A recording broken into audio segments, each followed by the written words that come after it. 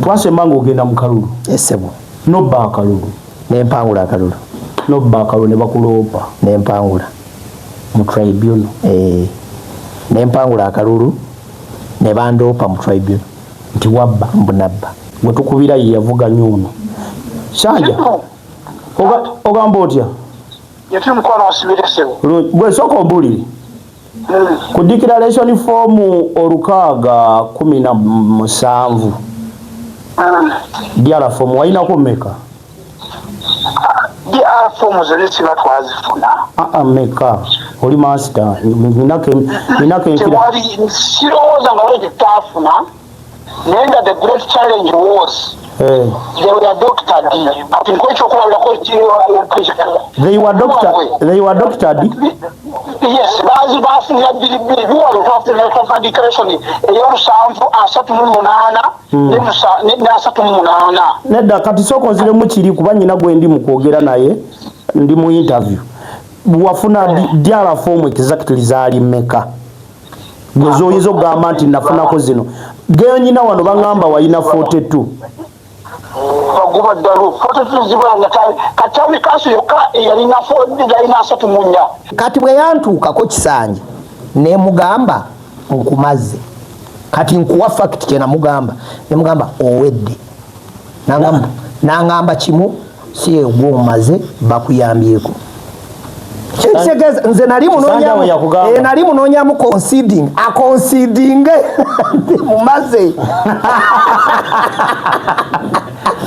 kati nali ntudde ne onareba opukurania nakazibwe yamuwulira ng'agamba siye gwamaze bakuyambyeko. Ensonga ey'okusatu eyali emuleeta yali anoonya stand wabagainingira okudda nga independent. Ate n'okujja nga independent yali tanoonya kujja nga independent. Yali anoonya kumuyita. Baani abamu? Nze. Okoleji? Mumanyi. Anti nze nakola ne Kisanja. Yali sekuritale wange wa finance. Yagala omuyita omwoyo kati. Akawashi. Era batuma. Mwe bali. Twandyogedde. Ati nkubuulira. Kyeyabambi tosima. Anti sisima naye njogera mazima.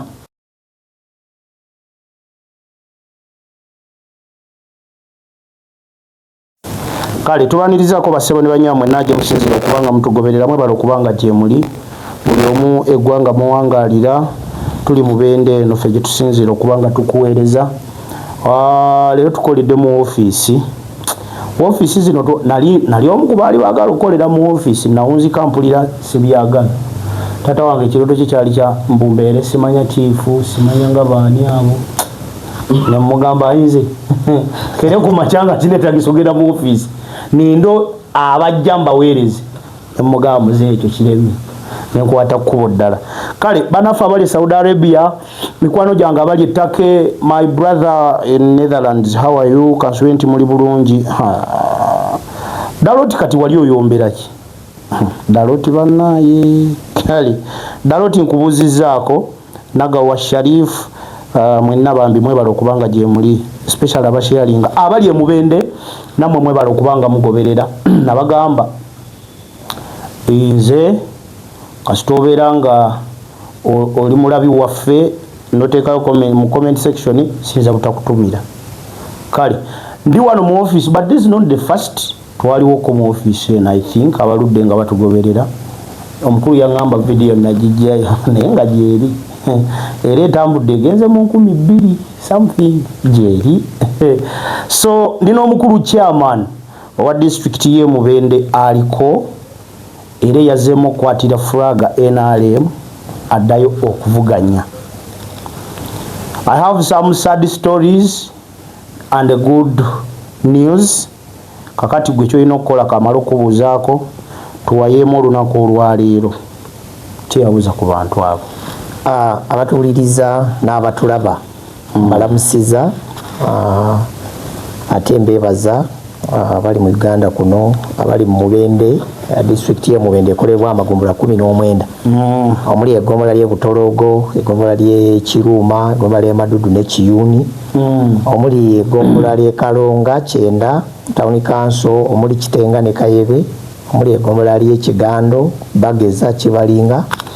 Nabingola Town Council, Nabingola eggombolola, Kasambya Town Council, Kasambya eggombolola ne Rubimbiri, omuli East, South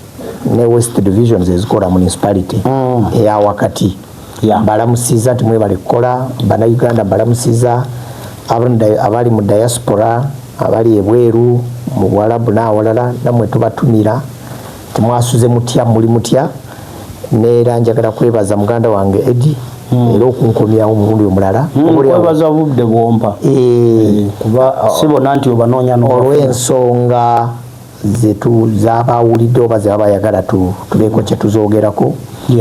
Ate njagala kubeebaliza ddala nammwe abamulaba n'abawagire mu kutu gwe.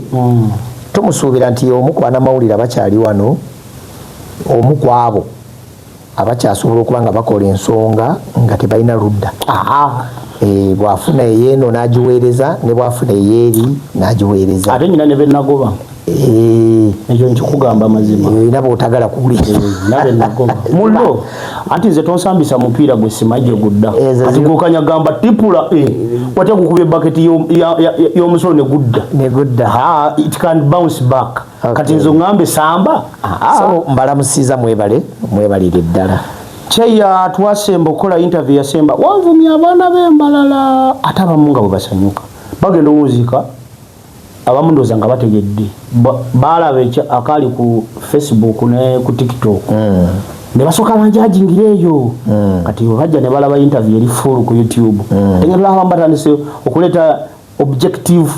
comments nga bategedde buzavinze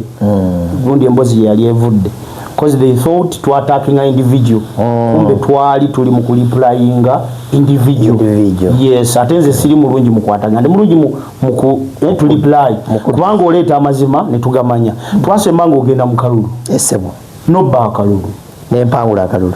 no ba kalulu ne bakulopa ne mpangula mu tribunal ne mpangula akalulu ne bandopa mu tribunal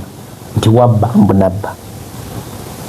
ebyo bibiri byanjawulo waliwo okubba waliwo n'okuwangula kati ffe twawangula naye olw'obutali bumativu bw'abantu Eddie oli n'agamba nti ntambi yatubba omanyi waliwo ebisesa okubba kati yafuuka order of the day. Yes, buli gwe bawangula agamba nti bakoze banzibye buli gwe bawangula agamba nti banzibye naye ffe tubeera tugamba abantu nti nedda bwe wabeerawo empaka nga z'abantu babiri kubeerawo asinze ne gwe bawangudde. Of course era muzanyo mubaamu wina ne lose kubanga mu kalulu kano konna ke twalimu teri gwe batagambako nti yabba neyawangula overwhelming naye baamugambanga nti yakola ki tiyabba kubanga buli lwogenda ng'obalaba bonna buli omu agamba nti banziba nabadde mpuliriza ebyavudde mu seeki nga right honorable Kadaga ngagamba banzibisa sente bangamba mwina akantu kemwamukolo majigu wali wanita ennyo naye anti kati bangamba mwasiba akawunti za Kadaga kati Kadaga atuuka okujja akasente agule ku balonzi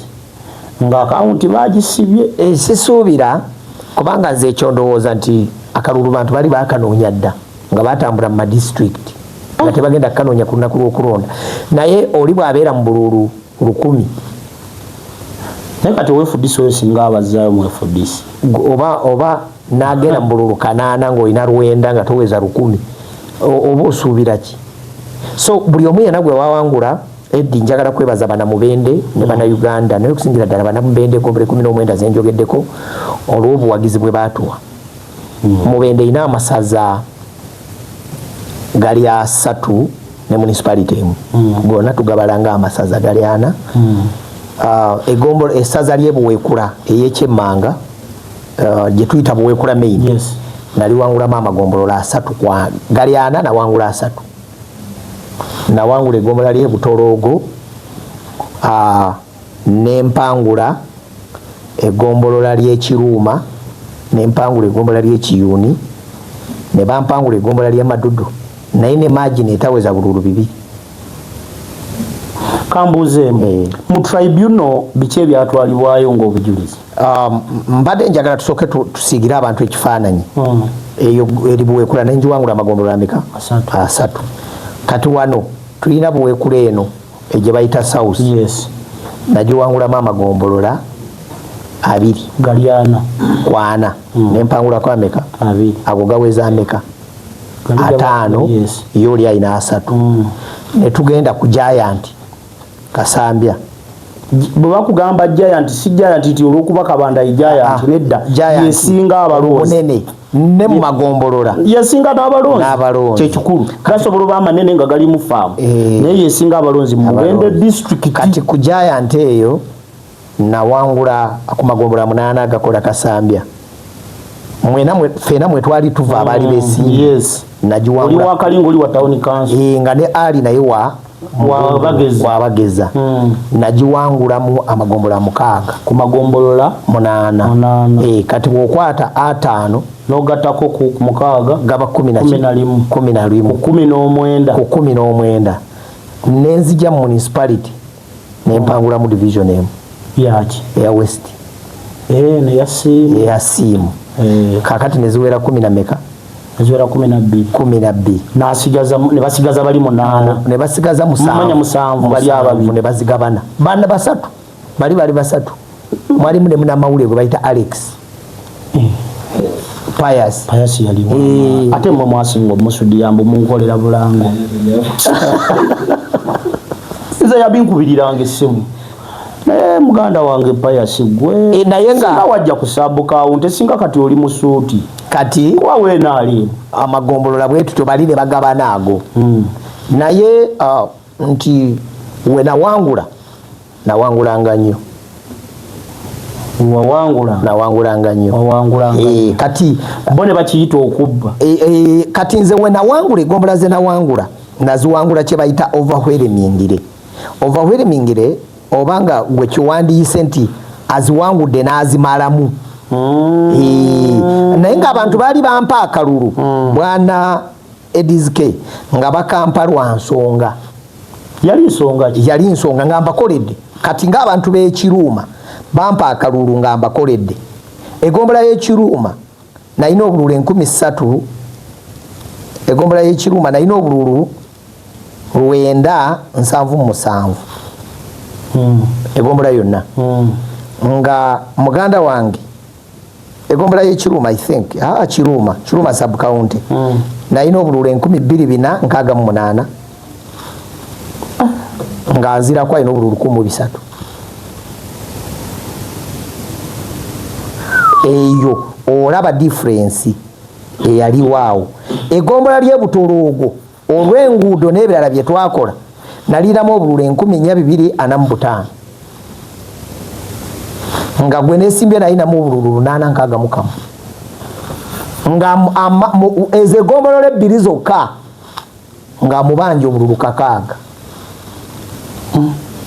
Owangula ku lulu meka? Nalina emitwalo total average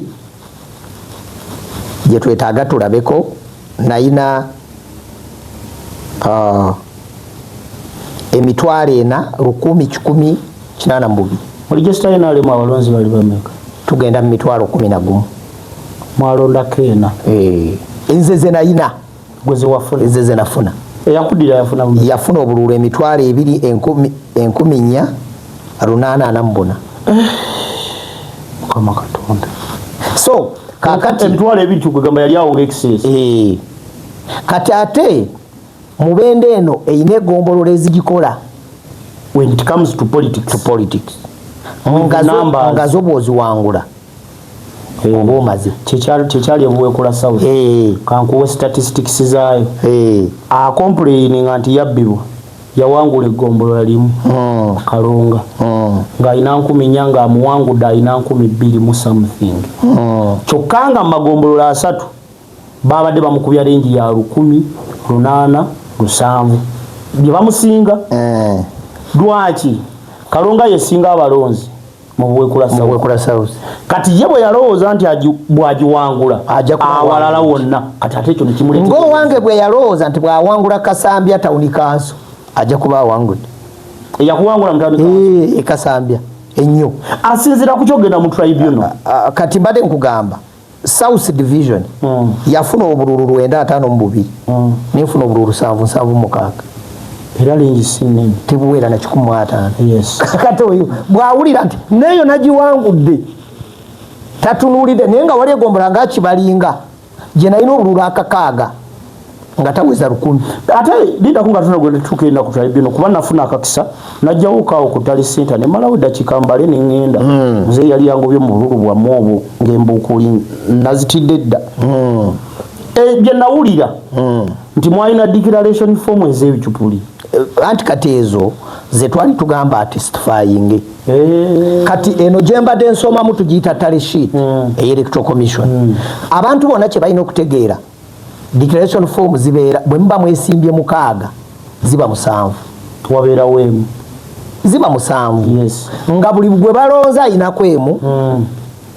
ate ne electoral commission nesigazaako emu kakati ebigenda eri si zange zennina ekindeetesa ezange bwe banaaba basoma ne bagamba nti ku Main Street Ntambi yafunyeeko 10 nkebere bwe nsanga nze nga nyina 20 nga nti nedda nze nyina 20 naye eyo nanga tetunagenda ku declaration forms lukaaga 17 kubanga polling station ziri 617 zona nziyina nze naye muganda wange nesimba naye yalina declaration form anamubbi ku 617 endala simwe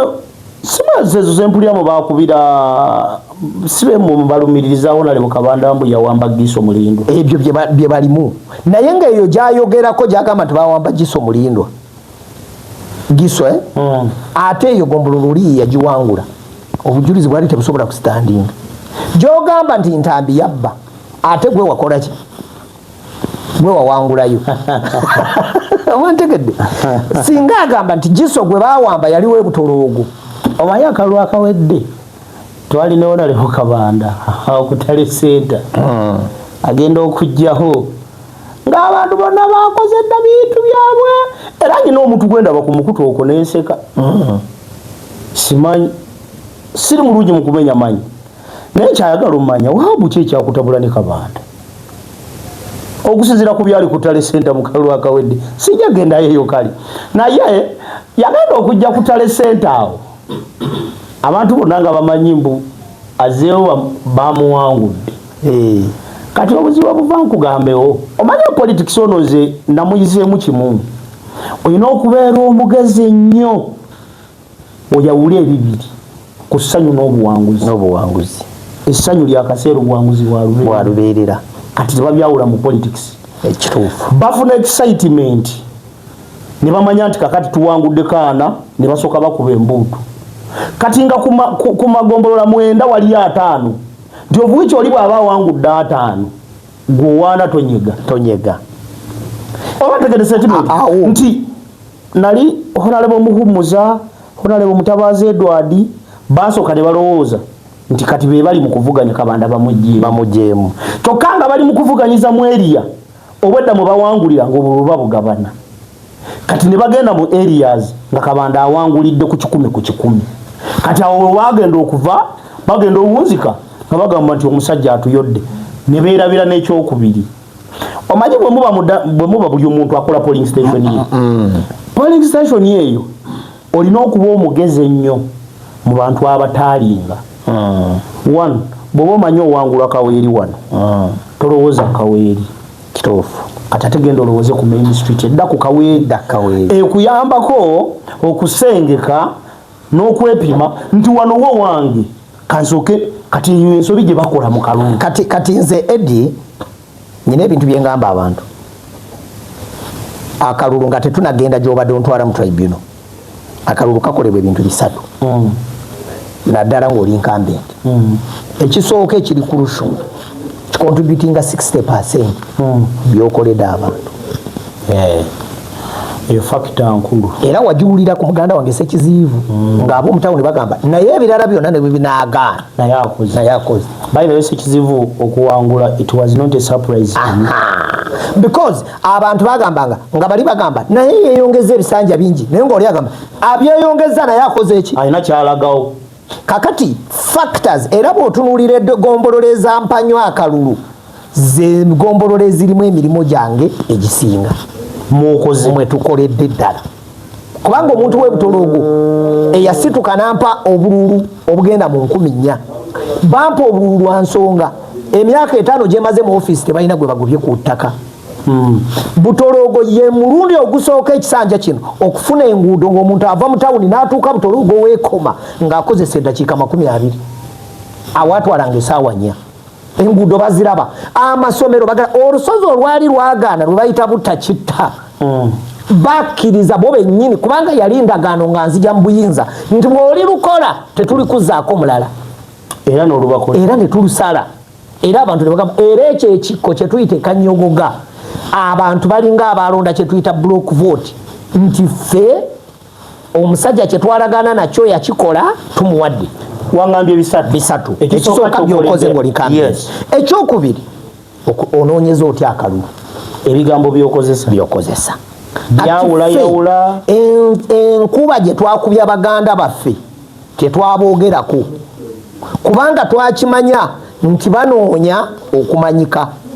banoonya relevance mufiridi wayogeranga ku era nze mufiridi nagambanga tukoze kino era tusuubira okukola kino na kino bwe muba mutuwadde kati bano betwesimba nabo bwe kyabajjira bajjira ate kwogera ku ffe weewalanga nnyo mu politics okwogera ku nsobi ezigudde ku muno mwe mwali emboozi mu kampeyini Ntambi akoze kino Ntambi nga buli kiseera kye kigambo ekitambula kakati abantu ne bagamba nyina mukwano gwange abeera Kaabowa bamukubira essimu ne bamugamba naawe n'otatuwa akalulu n'abagamba naye bwe mwajja wano mwali mutunda mboozi ki bwe mwajja wano mwatugamba Ntambi mubbi Ntambi muyaaye Ntambi mufere ye bwe yajja n'atugamba n'oluguudo nze ndukoze ekyo ekizimbe nze nkizimbe eri kanisa nagiwa amabaati naffe twatuula yabagamba nga gwe yagamba yamugamba nga wendi yali agamba kansala gwe bayita Hashimu yamukubira essimu namugaa nedda mwe mwali mutunda mboozi ya Ntambi yali atunza byakoze ne byagenda okukola yensonga lwaki namuwa akalulu engeri gy'onoonyamu akalulu ematalinga era kyova olaba nze bwe banvumanga nga bo beerabira nti bongera kumpa maanyi nga puroguramu zonna ze bayina za kunvuma kikwewunyisa nti municipality we basinga okunvuma we baali bayina abavuma nayina 48% ng'oli alina 52 nga nsinziza just percent nya oba ntegeera we yasinga okunvumira omuntu gw'ovumya ebyenkana ebyo naye abantu ne basigala nga bagamba nedda tujja muwa so we tell people nti ekyo kyakubiri ekyokusatu weetegesa otya preparations bw'oba oyina LC 617 oyinayo abanakukwatira ebipande waliwo waatayina kati bw'oba oyina DR form 42 ku 617 oba oyina oba toyina zirinaawo 42 nze nkugambye amazima anti ze nalaba kubanga twazibalira mu tribunal nkugambye twali mu tribunal ne tuzijjayo emu ku nsala z'emisango gye baatuwa baatugamba okoleke okimanyi nze njagala nnyo kati gwe sirika nsooke mubuuze wano just kyokka zijjukira nga bagamba zaali 100 something 100 ku meka kansooke kamubuuze abatulaba kansooke nfunikira saagala kuwaayiriza abantu ng'ate nze sibiri mu politics zaabwe kansooke mbuuze gwe tukubira ye yavuga nnyo ono Shanja ogamba otya yetuli mukwano wasibiresewo gwe soko ombulire ku declaration form olukaaga 17 diara form wayinako mmeka diara form zolesi batwazifuna mmeka oli master minako tewali sirowooza nga wali tetafuna naye nga the great challenge was they were doctored ati nkwecho okulabirako they were doctored yes bafunira bbiri biwalo twafunira declaration ey'olusanvu 38 ne 38 nedda kati soko nziremu kiri kuba nyina gwe ndi mu kwogera naye ndi mu interview wafuna diara form exactly zaali mmeka gwe oyinza okugamba nti nafunako zino genyina wano baŋŋamba wayina 42 baguba ddalu 42 zibanga katawi kaso yokka yalina 34 kasanja kaunti ejesaavisi nga neemu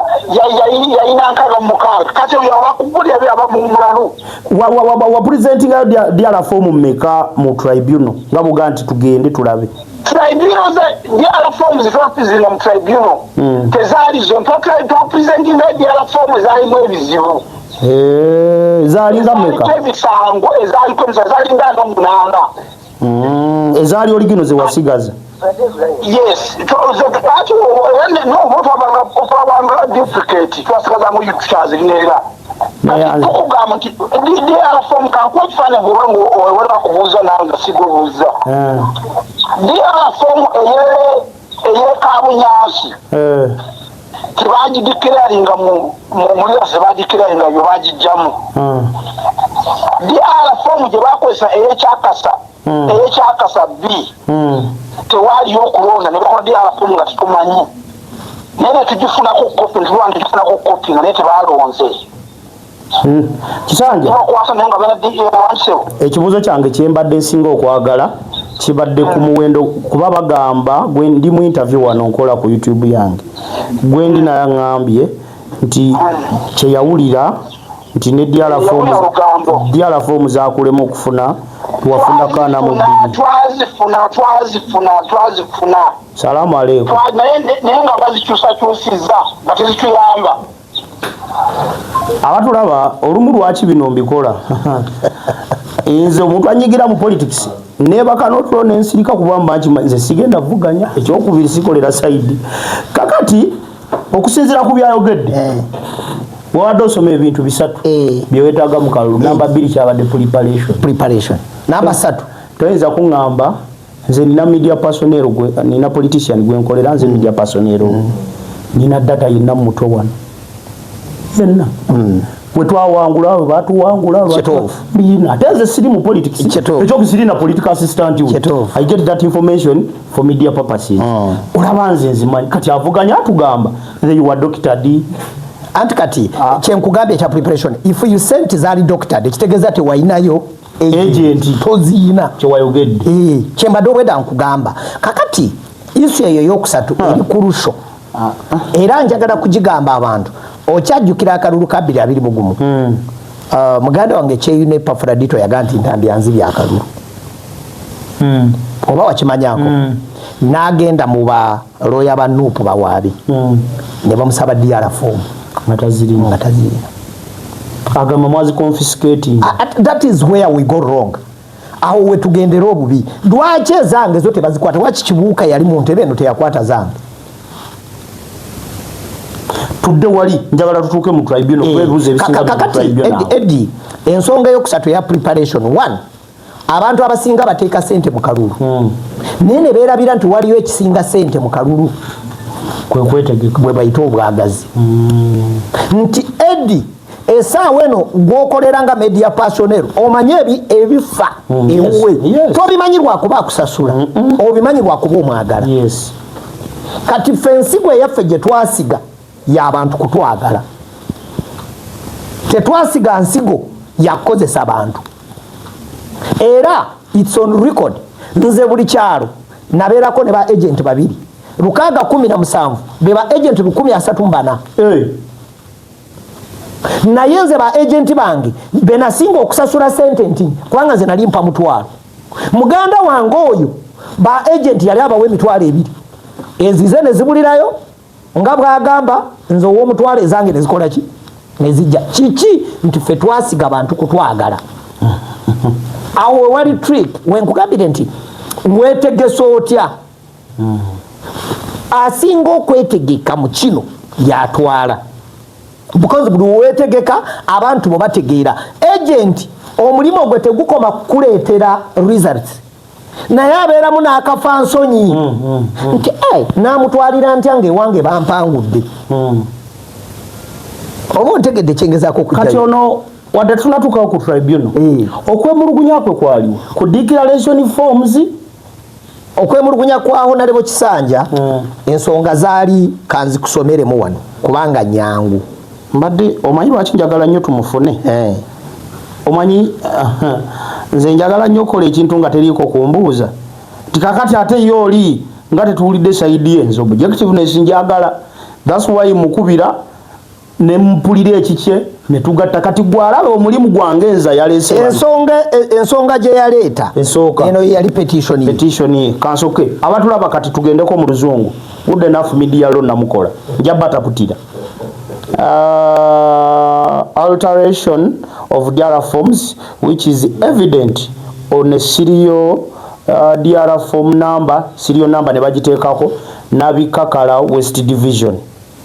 ngagamba Kasanke village where chairman got 30 votes only to be altered to 230 votes in favor of incumbent kyebategeeza mwalimu okukyusa results nti webakoze 10 ono nateekako 10 olulala ne luweera omutwalo gumu mu 10 kyebawano number 1 mwalimu okukyusa results ne baleeta ne DR form ye Nabikakala West Division gye bakyusa era kati okwatamu bwe twagenda mu tribunal ne mugamba nti leeta DR form nagireeta ng'eriko zalowooza nti bakyusa nga teriiko saati ne bamubuuza eriko 200 saati ne bamubuuza gwe wajjawa nti abalonda baali saati n'agamba agent wange yalonda nti baali bamuyita ati n'amwogera ne bakyusa emabega nga agent we yasayininga kwe ya 230 era mu nsala y'omusango bamugamba nti eyo yali tesobola kukozesebwa nga bujulizi kubanga agent we gwe yayogera yennyini yateekako omukono n'akonfaminga nti abantu balonze. Number 2, the same voting turnout study for LC5 is so incoherent with the local council for councillors who were voted on the same day. Nti bw'opima abalonzi abalonda Ntambi tebenkana kane bakansala tuli mu media lo kati mateeka wano awo ng'agamba tikakati ku Ntambi ku kansala balonda batya 2 toto y'abalonzi kwono ne bawera 10 yaleeta evidence n'agamba nti ekigando Abuzurweki yafuna 16 lwaki Ntambi yafuna 12 tugenze ku namba mbadde nkujira owa tribunal n'amugamba omulala yali yesimye n'Abuzurweki yafuna bumeka gwe baali bakugambye nti abawa Ntambi be bagenda okuwa noono abantu basobola okuwa edi ne bamala ate ne bawa oli kakati namba 3 forced confiscation of DR forms especially Kyenda Town Council ezo mwazi mbu bawamba DR forms eza Kyenda ani forced confiscation by who era bamubuuza nti ani era ekyamukuba enkikwe ng'egombolola gyagamba nti baconficatinga DR form ng'ate yagiwangula. Number 4 elections were full of violence caused by MP Kasambya with the aid of Uganda police nedda mukatambi temwali mu Uganda police omayinze nabagamba amazima ngasigala nga mazima akatambi ketuyina tekali ka Uganda police kali ka bakuumi abooli abatali ba police ate nga bakola ki ekyokubiri kamaleyo naye kya Uganda police wano walimba awo nawo mbadde njagala kuwa ensala yawo kamaleyo kano where by even Giso Kasambya TC was arrested abducted arrested simanyi was arrested because they arrested him to police. Speculation is agamba abducted. It was arrested. Was he brought at the police? He was brought at police and is on police bond. What a piece you want? Fine. Kakati, yo namba nya. Naye nga bamukwata akola ki? Ate buli jomba desibidigi nga deep. Ne kati kisanje kugenda okuloopa. Wali oli mukufuna kye bayita escape route yakudda independent. Kituufu. Just nze kali kyendaba mu byoloopi. Kuba ffe nze wano singa mbadde wakulo. Ayina lawyer. Yalina lawyer. Yalina ba lawyer babiri. Singa nali wakuloopa. Wano waliwo ebintu bye nandibadde nesimbako omulaka. Omusajja we w'ekulo yali aloopye omusango mulungi Meja Kakooza. Bakwaliwo abamuyitawo omubiri Kakooza oyo. Ne singa wasaba kye bayita recount. Yali tagiyitako. Yali esobola okuliveiringa buli mazima ge yali yeetaaga. Anti kati lwaki tasaba recount? Yasooka ye yennyini kati kankubuulire amazima olunaku lw'okulonda bwe bamala okutulonda. Nsaba ompuliriza. Abantu tebalowooza nti ndayika nkolera ntaama. Kubanga byensomye wano. Wallahi naawe atugoberera honestly speaking. Mulimu byolina mwabagendako mu kooti. Omanyi ffe twagendanga mu kooti session eyo nga tukyasaka amawulire. Twayigirayo ekintu kimu. Nti bw'oba omanyi omubbi yabbye nga tonnalowooza kugamba mbu nabuuziza ne neiba. Neiba n'agamba teyasuze mu nju. Sooka oleeta akantu aka nga kagenda mukwasa. One, kakumubuuza ku ssaawa 2 wabadde luddawa. Kati ku ssaawa 2 okuleeta bali abalala bonna kijja mu malo mulumiriza. Kati gwe bino byowoza yalina essaati ya bulaka namulabye ng'enkono emufaanana. Kati Eddie, olunaku lw'okulonda twakeera ku makya ng'ennaku endala bwe zikeera. Buli omu yali amaze okuyungula ba agenti be tugende tulonde. Ne tugende okimanyi nti mu kuloopa yandoopa mba nalabikako ku polling station ekyaterekera ng'ogolaki mbu nga ndi mu bantu ate nga anti wulira nga wandoopa wenondera mbu nalabikako budde bw'okulonda nga ndi ku polling station ekyaterekera ne bambuuza tikyaterekera wenondera ne bajjayo bulungi voters ID nga ddala wenkolaki kati ne bamubuuza wali oyagala bw'atuuka ku kulonda akola ati olondera kyaterekera kyaterekere yebagiza ekyalo muyitawo kalingo bati bakiyita kate ekyaterekera LC1 kakati omusajja eyali mu tribunal nambuuza gyolondera nti ne bakebera bulungi nga ddala gyenkola ki ne bamubuuza gwe wandyagadde bw'atuuka akola ati n'aleeta n'ekifaananyi nga ntudde ku katebe nga sina na gwe njogera naye ntudde ku katebe naye mu bantu ne bamubuuza wali oyagala bw'atuuka akola atya kakati kyembadde nzijayo nti bwe twagenda olunaku lw'okulonda bwana Eddie ne tulonda buli omu yalina nze nayiga ekintu ekyo nakikopa Honorable Kabanda mu election za 2021 yansanga ku Nakayima nga twesimbye ne Pafuladito nga tetulina DR form naye nga tukubira abantu batuwa results naye ng'obudde buzibye nambuuza ne mugamba akantu tukawangudde nangamba mpa DR form nga sizikoze eki tozirabako nangamba okola ki wano kati bw'otuuka wali nga bakuwangudde obujulizi obujjawa naye nga tukikwa nga tukuba gwedi nti awo ofunye mmeka olina 2 gundi alina 10 n'ogatta 2 kyenakugambye 2 byanjawulo amasanyu nangamba nsaba ovuge era natambula naye ekiro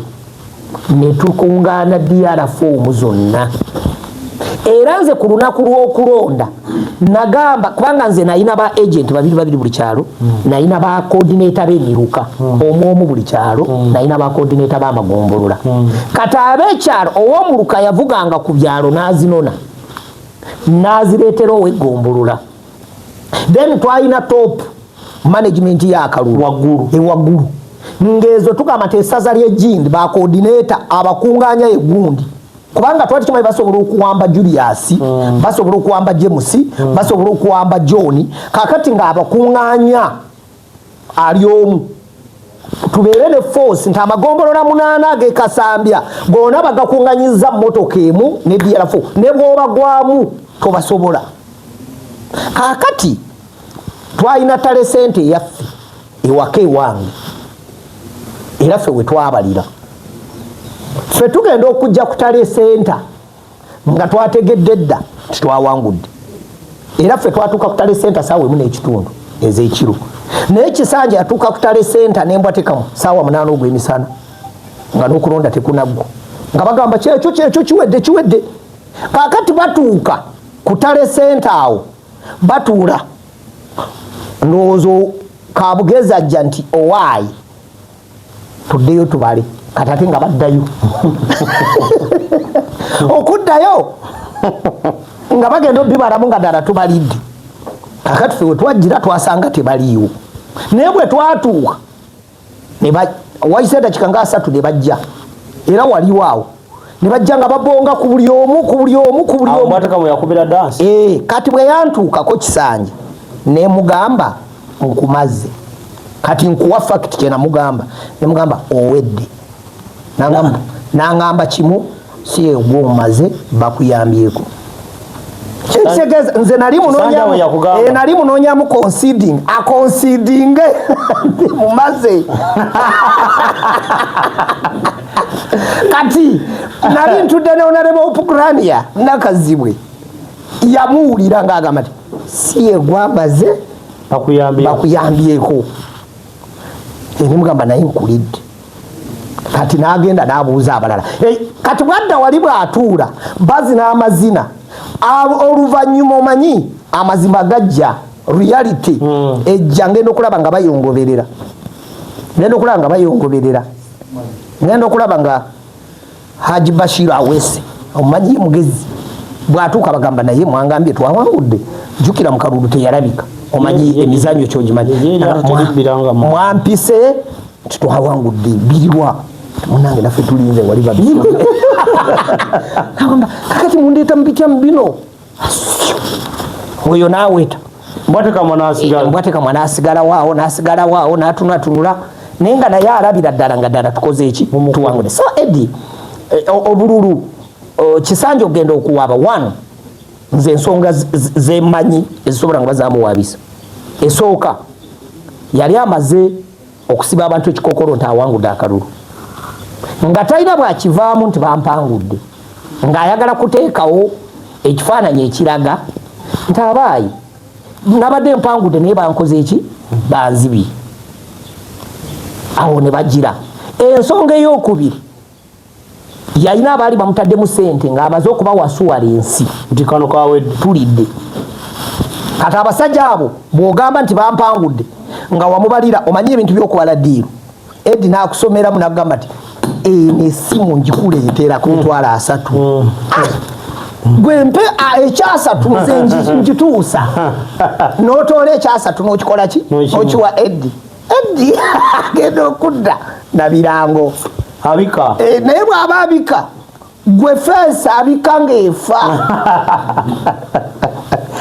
yakoma okubika ng'owuliro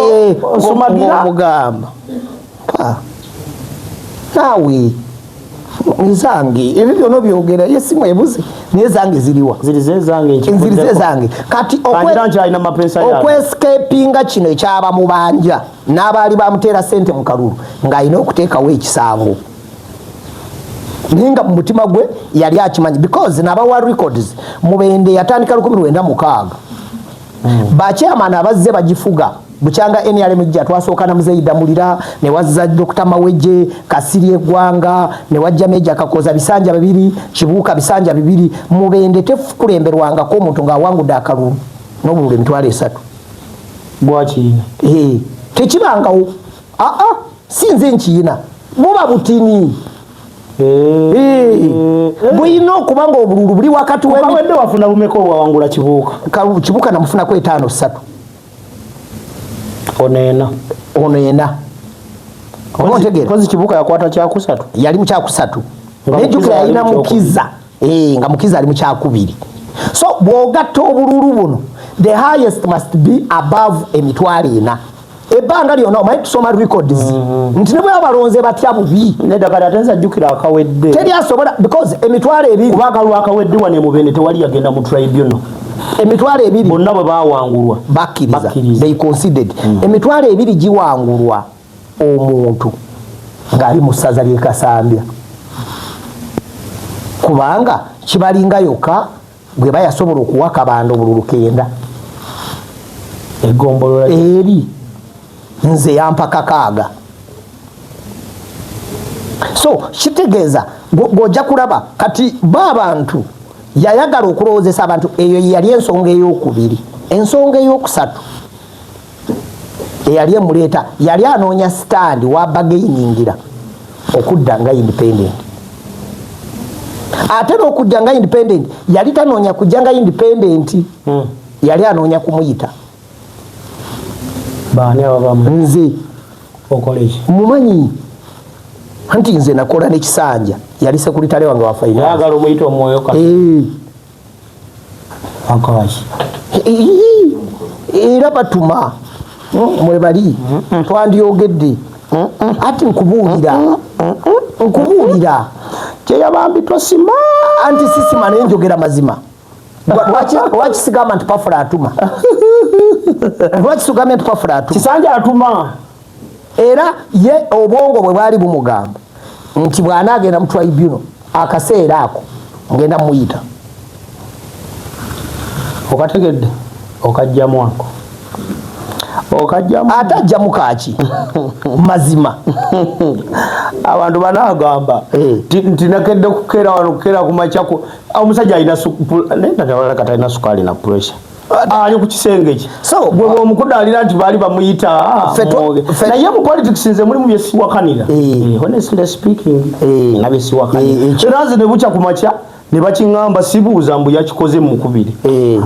anti otuuka n'okukkiriza olugendo lwa politics olina woolabira era nze neewunya Fred ffe twagala kuba Fred yandikiriza nti olugendo lwa politics lwakoma dda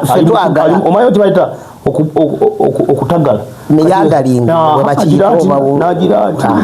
tanalaba kkubo tuufu livuza mabega ddatu. Ffe bwana Eddie Banambende twagala nze nganze bwe twagenda mu tribunal abantu kye baagala okuwulira tribunal yawuliriza omusango era essuuba eringi obadde oliraba ku mikutu nga bagamba omusango twagumaze. Ruling eriwa jimpekonda ruling nagikuwaddeko I think bwe mbasa agikuwaddeko nyine katusome ku ruling omanyawo wabeera amateeka oba togamanyi bulungi kopi esemba nje njagala yokka I therefore declare ako kenjagala. The combined effect of this collection is a total reduction of 547 votes from the respondents' lead, bringing the margin down from 10,000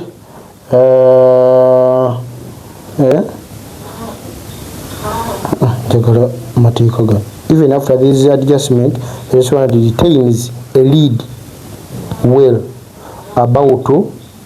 tribunal is about what the proven irregularities could overturn. Apply the Mbabazi standard. The tribunal is satisfied that while non-compliance has been proved, it has not been shown to have affected the result in a substantial manner as required under regulations 44A. The declaration of Ntambi Maiko with the NRM flag bearer, chairman of Mbende district, upheld.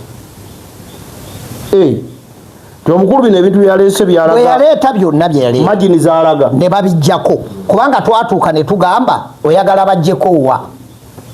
oba ontegeera nga tekirina mu mateeka n'agamba butoloogo oba ontegeera n'agamba kibalinga ze nali nyinamu ze nawangula ennyo ne tumwa bazijjeko ono kyagezaako okutegeeza zonna ne bazijjako gombolola namba era nenkamuku mu bufunze tribunal eyinza okuba yakanya n'ekisanja nti waliwo awabbibwa teyakanya kati mu tribunal bwe mutuuka mukkaanya waliyo okwogera nti gweoyagala bajjemuwa kati ye yakwata zonna results n'azisala nga ne bwazisala n'asiibawo osigala tumuwanguza akakaaga basalanga zisoba zonna ezange ezize tetwazikwatako kubanga ffe twali tetwamuloopa ffe twamugamba gy'otubbidde well and good nakuwadde naye yakubba ate kati oyagala nkuwa eki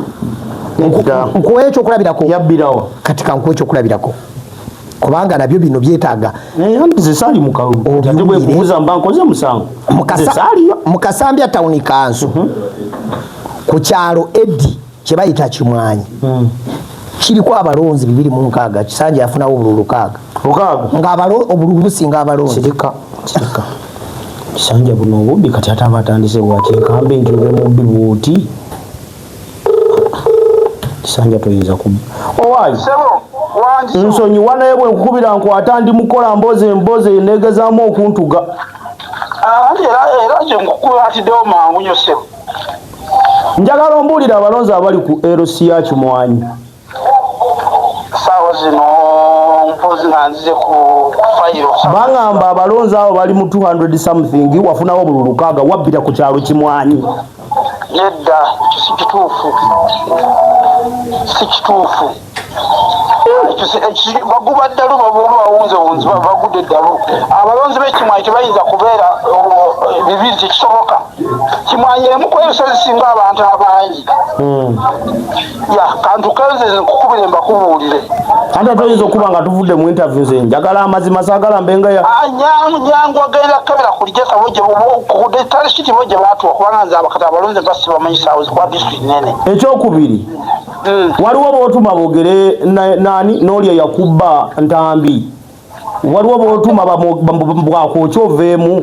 gwendi naye wana ampa ebintu naye saagala abawayirize ayogera byayagala kakati ye nti nga ntumanira nga njokatira nga njokesaaki mbwe ina gwotuma Ntambi akuwa ove omugire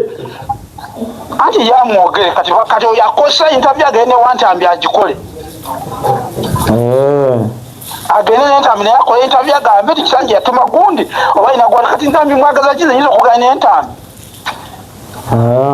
ekyokubiri mali kubanga buno bukulu babukonyeko wana ate saagala mbuleke nga bupendinga ebintu bye waloopa nga bagamba biri substantial ekyo sinakigaana okuwaba kwange nze nawaaba nga bwe nabiraba naye kati oli asala omusango wademba okusala nga bwayagala kati njagala ku ekyokulabirako LC gye bayita Katagi LC1 abakyala Narwanga Namazi Nakayemba awamu ne Nakiyingi byoyogera bigenda ku record tolowooza twogera babiri kubuulira genda maaso bafuna obululu 163 bakansala bonna bana Zaidi Ntambi yekka nafuna obululu 129 nange nga nina bwefunyeeyo kati kitegeeza ki ekyo kyomujagala ombuulire nti bwali buvuddewo abalonzi nga be bamu bali bavuddewo saawa ezo anti kano mbuka district kaba kanene anti mbuuziza abalonzi be bali bamu era nga babalonderawo saawa zemu nga tafa abalonzi abalonda bakansala be batulonda kubanga twatugoberegana osobola kulonda bakansala zenda bakyamulesifayo kati akubule gye baava saawa eyo so olwekyo embeera bwetyo bwe yali kanonye Kimwanyi gyobadde ombuuziza kubanga saawa zino ntuuse ku taleshiiti kuba taleshiiti bagezaako okulaga abalonzi abali mu kitundu ekyo kiweze eddakiika ezisobesa tunkugumikirize sikujjaako kiyinza kusuka dakiika 3 kubanga mbukutte mu ngalo kati mbadde ntambula Luseewo Kasambya Jangoma Lusiba Kisanja bannaye ekikanda gye bayita enyabikanda abakyala baafuna obululu nedda Kisanja sooka ompe Kimwanyi bw'oba ogifunye Kimwanyi yiino Kimwanyi nafuna obululu 310 Ntambi nafuna obululu 15 terwali 6 Sengonzi nafuna 0 abalonzi baali 5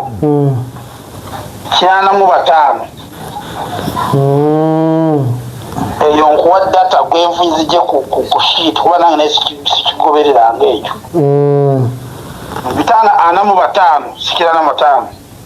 5 se unyiza n'ekikuba ekifaananyi gyokuweereza ekyo kati kyompadde of course ekifaananyi ekituufu kyembadde njagala kino kyekibuuzo kyange ekisembayo kozi nakyo nkiwulidde mu interview wano Kabanda yalina poliisi yali bakuumi b'amagye mbadde nsoma ku lupapula lwano yali poliisi ya palamenti yali poliisi ya palamenti anti ze bwensomye wano Uganda poliisi zakatambisa alaba mugundi yali poliisi ya palamenti mu bye waloopa ku bye wataakingako yali poliisi ya palamenti kati ate declaration z'omukyenda kubanga ndabyewo kye bayita first confiscation of declaration form Kyenda Town Council baani abazi okay gundi wala Kabanda yawamba eza Kasambya sabukaonke nabingola ngali ne gisamina mu motoka n'abantu bamugoberedde kakati networks zaabwe nga mu Kyenda buzazi kulembedwamu timu ya gundi bangamba gundi ya setting abazi confiscating yali Honorable ono kubakama Deo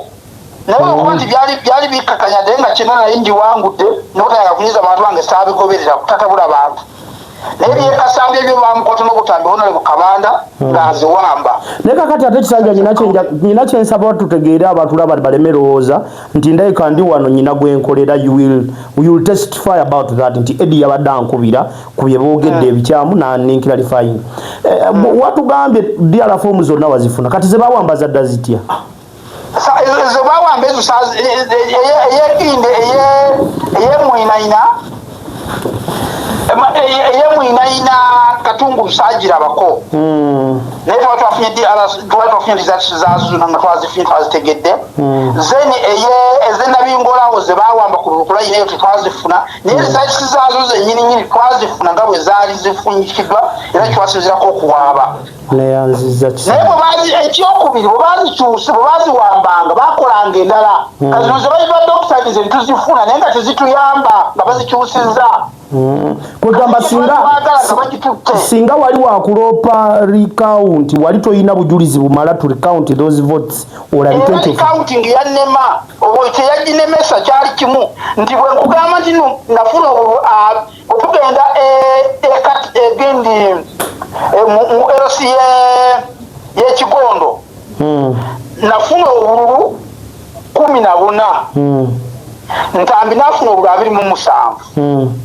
ne bakyusa DR eyantambi ne bagiteekako 627 eyange ne bagiteekako 10 kakati kuno bubongeddemu ng'amaze ogikyusa DR gye baatuleetera yali yeena enkyuse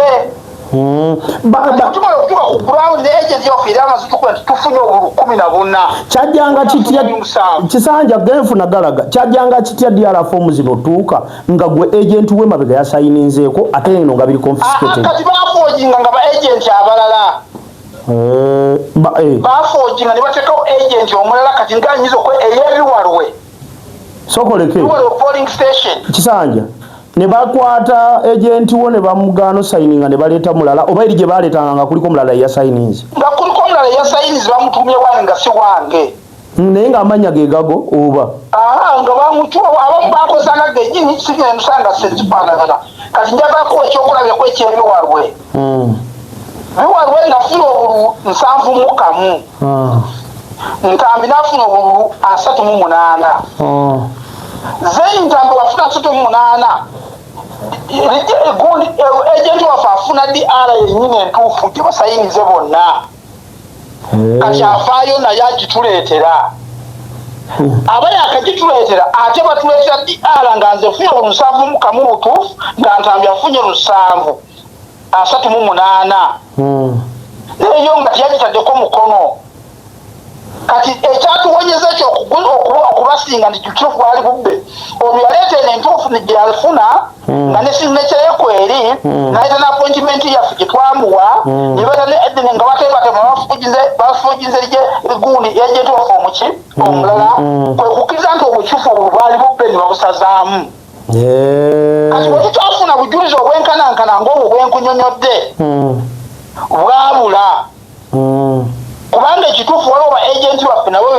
bebalabamu ne bakikola nga nabo bakonze baggyeko direct nabakkiriza nti bagiweeyo bamuwayo 10 n'agiwaayo Kisanja wanjisebo neyanziza ebigambo byompadde kale kitanga kansubire tewali kikola bubi nti bwe mba mbifulumiza kisina mutawanda kubanga nzisinga buzibu byenjogera nze byenekakasa byebyaliwo tebirimu sitaani yes neyanziza kale mukwano Dolo interview negezaamu okunzita emirundi kati egi tesobola kubanga kati Eddie ndowooza omuwulidde kati abagoberera sokotekewa kati abatugoberera njagala muddeyo omanyi tulina ekizibu abantu balowooza bw'aba ntambi mubi ffenna tukkirize nti mubi nze siri wano nti mulungi nze nazze kumanya mazima era bwe namukubidde namugambye njagala kumbuulira ku bya tribunal obba otya akalulu era yangambye ekigambo kimu ojja nekisanja oba ojja wekka konza ati kisanja ndita nti tyana yabeeraawo nange ndi wano ensi emanye nemugamba laba katonda bwampadde omukisa kisanja nemufunira mu interview kati gwawuliriza n'atugoberedde okuva lwe twatandise bw'oba okyaliko kati wuliriza ebyantambi wuliriza ebyakisanja nze Eddie nakyaziza bukyazi Eddie Kasambi eyo interview mpulire ndi mbulago Eddie Kasambi Town Council akantu kakabanda akojja kasalago sagala nnyo lumba abantu batali mu interview Kasambi Town Council Kisanja agifunamu obululu 13,963 naye obululu obwonna yabujja mu lukagumu gwawa endala emiruka twamukuba bwe bayita tondetera kuddamu anti nkubuulira kati ku bululu obwo yabujja ku muluka gwe bayita interview mpulira wala ennemi tejja kulema kubanga contradiction ziri mu buli side yabujja mu Kasambya ward yajja mu bululu 12,000 ogiraba 12,000 eno wenkugamba weyanziba 28 28 13 17 317 118 310 85 nganze nfunayo bubiri kamu bubiri ontegeera kakati godda mu miruka emirala ogiraba ngafuna 40 kamu ngafuna 43 oba 29 ngafuna 15 era singa Kasambya Town Council tujigenda mu alali bwe tunajigenda mu alali mulya mukano katugenda hati yafuna omuluka gumu ku miruka ena era singa twabala emiruka 3 gyatabbiramu ye ne Henry Mukeera jiso twali tumulidde Kasambya yenyini yamuma akalulu Town Council waliwo audio gye nawulidde yabadde audio yabadde video so kiki Eddie nga tonagenda ku audio ne video naye nayo ojja gireeta bwana Kisanja kumukutu kyoba ye nga Kisanja amazima agakoze eki agamanyi kubanga nze ne ali twali tuva bageza genda maaso naye nawangula bageza overwhelming ngate mwali muvayo babiri nga twali tuvayo babiri ne ali so kiki kyetugezaako okwogera nti kyetugezaako okwogera bwana Eddie ebiboozi bye baali baleeta mu abantu babitegeera abantu babikola ki babitegeera era ye Kisanja nga Kisanja amanyi wawe yatukwatamu era nkubulira singa akalulu kali mwalaali Kisanja yali tasobola kuweza bululu mutwalo yali taguyina era ajja kwewuunya ku kano ketugendamu bw'ojja okutya ensi kano ketugendamu kano bwana alemu okuweza akalulu omutwalo bw'ojja kwewuunya omanyinza akalulu nali nkalabye muganda wange Honorable Kibuuka muwe ekitiibwa ya RDC weka kumiro bwana muwangula ku bwa chairman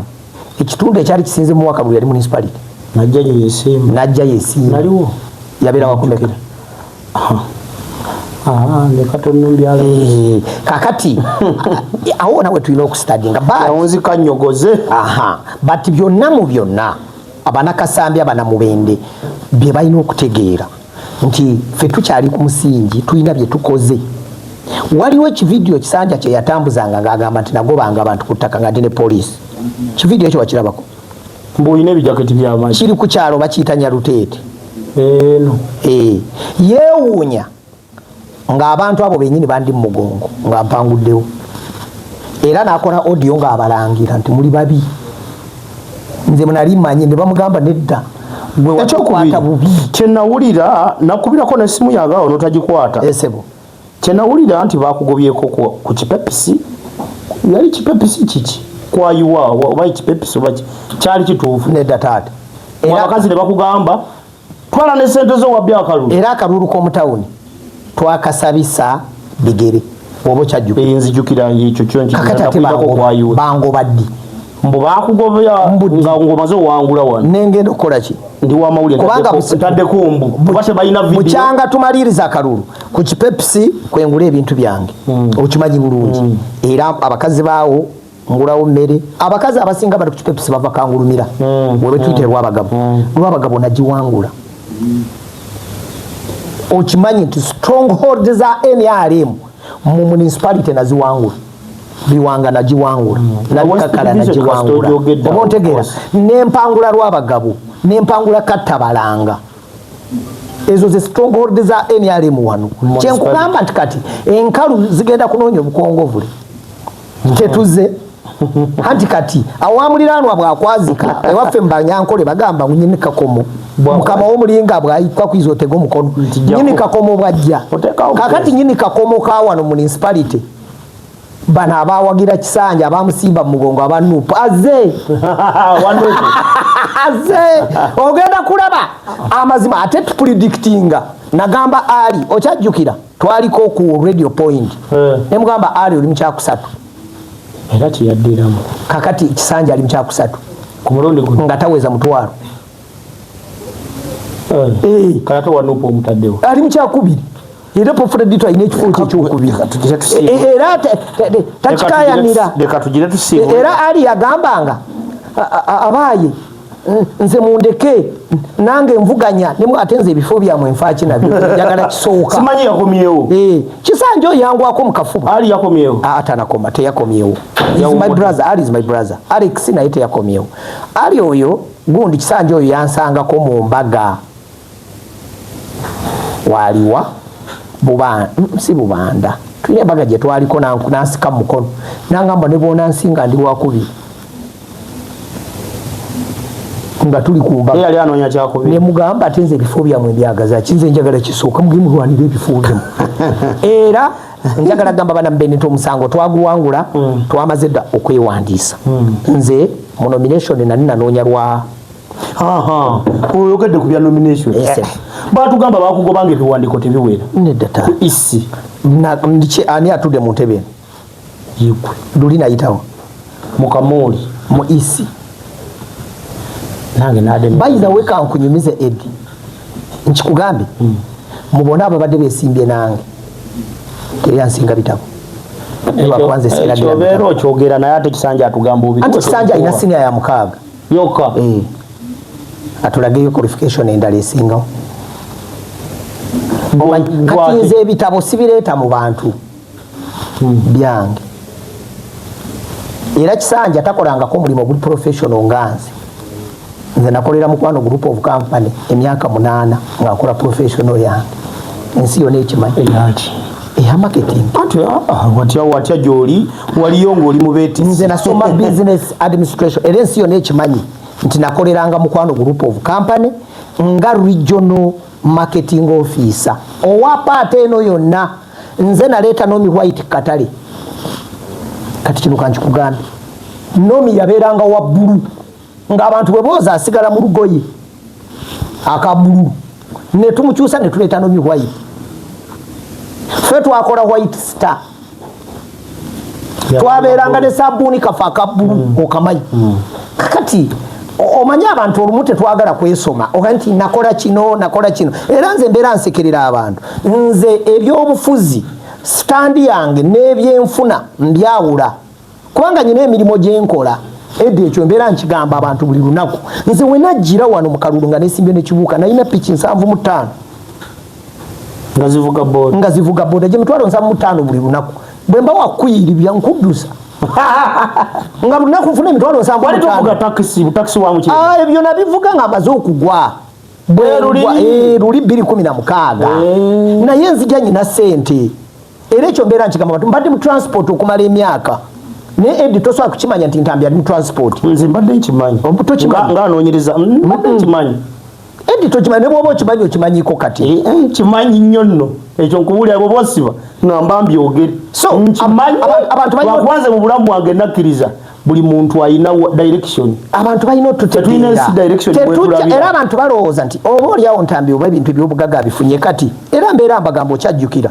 abantu be naasosietinga nabo before ojja kulaba nga balina ettafaali eryabongerako nabakubirizanga nabeeranga ne bannamawulire era buli omu nyina ettafaali lyenamuteekako kugamba gundi oyo natuulanga ine mugamba naye tukoleyo kino ng'ate n'essaawa eno bwansinkana akineebaliza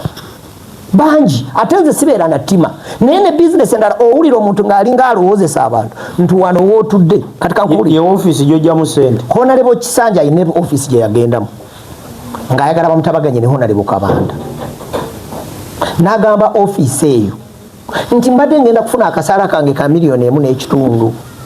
naye Kabanda akyatunuulidde namuki musaala na musaala Eddie okuyimirizawo ba agent muno 1,234 buli omu ne bw'omuwa mutwalo ze $12,34 bw'owa ba coordinator 97 buli omu emitwalo 5 ab'emiruka nkuwa lunaku lw'okulonda calculation yokka olunaku lw'okulonda okonda million ameka 3 abantu kiki batatunuulira naye emyaka 5 gy'omala wano ku $1.5 zibale ziri million meka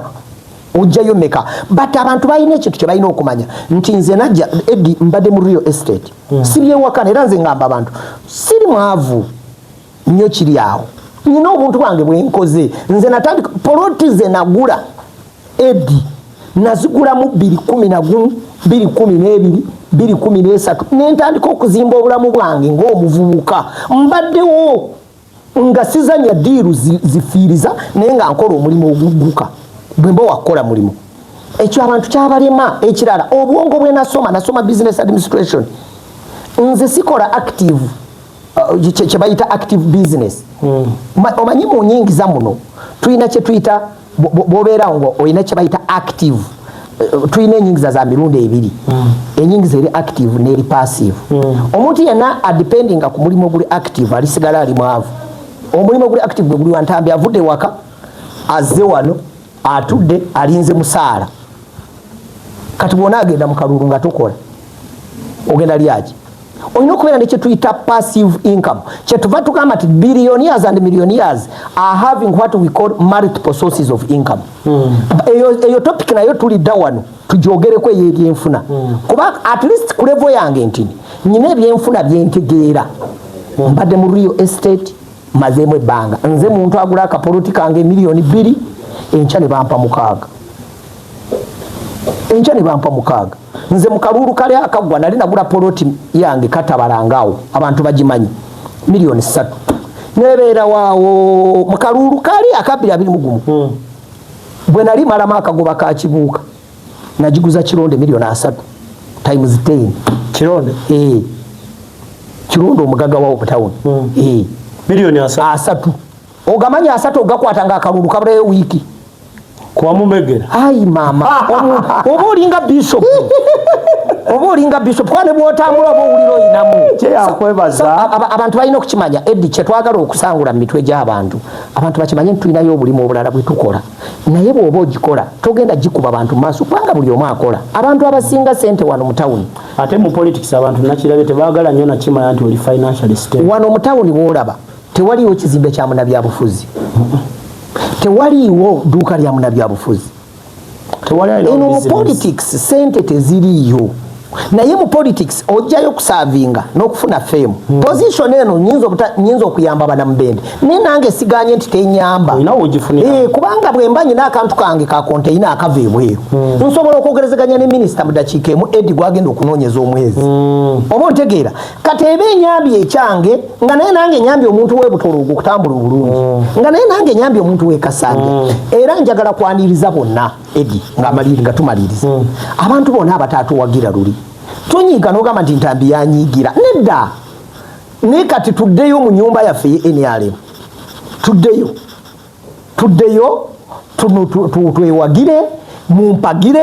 tuddemu tusavinga emyaka emeka 5 kubanga entuuko weeri edi wano siwe tugenda kukoma Mubende is bigger than us abantu abalowooza nti bwe mbasifunye ekifo kufana butanyagwa nze bwe naagwa nze njagenda mu kooti nze Badru yampanguza obululu 2 n'otuula 216 kamu 2 nga ba agent 24 bali mukomera abatalonda ababo okyakajjukira akalulu ako nesaawa aba namuwa chance asavinge oba ontegeera naye waliwo abantu abalowooza nti bwompangula mpaka nga nkufiiriddeko naye wano tulina presidencies ezize zibaawo Haji Bashir yesimbako ne Tony okyajjukira Tony n'amumega Bashir agamba banzibye nadda ne bamukola ki ne bamuwangulira ebyo abantu balina okumanya those are presidencies ezize zibaawo Mubende abantu bakyayagala okuwulira enjiri y'enyalewo ate tubadde tutandise okujjula emmere tutandise okugiseeseetula abantu batandise okutufunamu emirimu gitandise okukolebwa kakati eri wayingiddeyo Didani mu nsonda wano makati mujabi atudde Kakooza aserengese mu kyemmanga n'aleeta gakkono amakoona wano emmanga Kabanda mwali Gurani yali makati kuteeba mipiira kakati twebuuza bw'oba obuuza tukole tutya tukole tutya because Eddie amanya agamu ganakubya naye bwenjogedde ku Didani ng'osirise tumuwe Didani yetumuwe Aralia kati kyovora nange nkugamba tugulani teka tutumaliri wamatwe bebaza okuvanya mwatandikide basabana maliriza ne kansi buleba na Mbende wamambebaza naye njagala kubagamba bana Mbende alenda bino interview tetugenda gisayi mazima kakatona mugulu buli kintu okikoledde mweno bwonfuga bwofugeri bwoyagala nkubise dimula twogedde mazima era twagala gamba abantu nti ebitwogerwako ebisinga si bituufu Eddie abantu abatusemberedde bamanyi obulungi bwaffe yes nze nyina we nali omusajja nanyumiza Didani Didani oyo Didani ng'anyumya ku Didani neŋŋamba Mukama ne kati ate nze amanyi Didani manyi kirala kuseka busesi kati nga nze ndi mu kuseka oyo kulaba oyo sente azeola oyo amamanyi agenda kubatta wamala okukwatamu kati nze gwanyumiza Eddie abantu batunyumyako lwakuba bwe tembeerayo buli lwafuluma abantu bagamba oyo esaata eyo gyayambadde ekirungi abamufe byali birooto byaffe okyajjukira omubaka nagamba omubaka yagamba mu Ntambi oyo namugulirako panti nenseka obizeemu ate ebyo nabivaako era simwogedde wamamuleke mbasibulire naye nga yo panti omuntu ddala wali olwolimba abantu naye nga kyobalimba abuuliridde abantu bonna tulina obbabulira bakakka naye nga hanga lwaki tompayo interview ku bikwogerwako naye njagala kusaba ate simwogerako bimwogerwako nze Honorable Kisanja sijja mwogerako kubanga lwaki simwogerako nakola naye emyaka 5 nze nasuzaako Kisanja emyaka 2 nadda basaba ne banyabo okugeza amazima omufalaso gwange ekitanda kyange ennyumba yange amasanyalazi nze ngasasula n'amazzi njagala aveeyo akyewakali tutonsuzangako okuva gye twatandikidde basaba ne banyabo wabadde walungi ate kati yakubye ne kagamba gye wamuwulidde va ku muyayo era omulaba muyayi naawe oyo wama mwebala okuva gye twatandikidde mwebala kubanga mutugoberera banange obuyitiddemu munebe onoonya omuntu okuwa interview ate tomufuga yampadde budde bwe simanyanga enaali omuntu obuyitidde si bwange munebe okyaza omuntu tomulimitinga nti ate kakati gwe bwomala bino va wano genda bw'aba asabye akalulu abali eyo abalabi mwe mulonda nze ndi ogwo ensonga zazitadde ku mmeeza gweddayo bw'omala olaba interview gand make kyebayita assessment ojja kumanya emboozi zino tetuzikola olumu nti tuzikola ffe kufunamu first ffe nga bw'ogamba channel bw'oddayo n'okebera videos waliwo ne video erina views 2 ne twali tulina ekirooto ky'okubeera n'abantu wetudisikasingira n'abantu as a platform tetwabijjamu mbu tugamba ompa mmeka nkukyaze ompayo mmeka kati bw'oba ozenga ogoberera interview zetukola ekyo oba olina okukimanya nze sireeta abantu kulumbagana ndeeta abantu kumanya that's why leero nkoze objectiveness nenkubira olina mpasaidie akuba maama ina wakwatidde nali awone yeyo cha muzikirize mbasibulidde wano tujja kuddamu omulundi omulala kye yankwebaza olw'obudde bwompadde noku ate ne tunyumiza na mu office yo abantu bonna bali eri balinze neffe tuli wantu wogera mukole erinnya teri bali eri bayimiridde balinze nze mmale bajje bamulabe ndi wademe n'okulemezaamu bajja kulinda mbasibulidde wano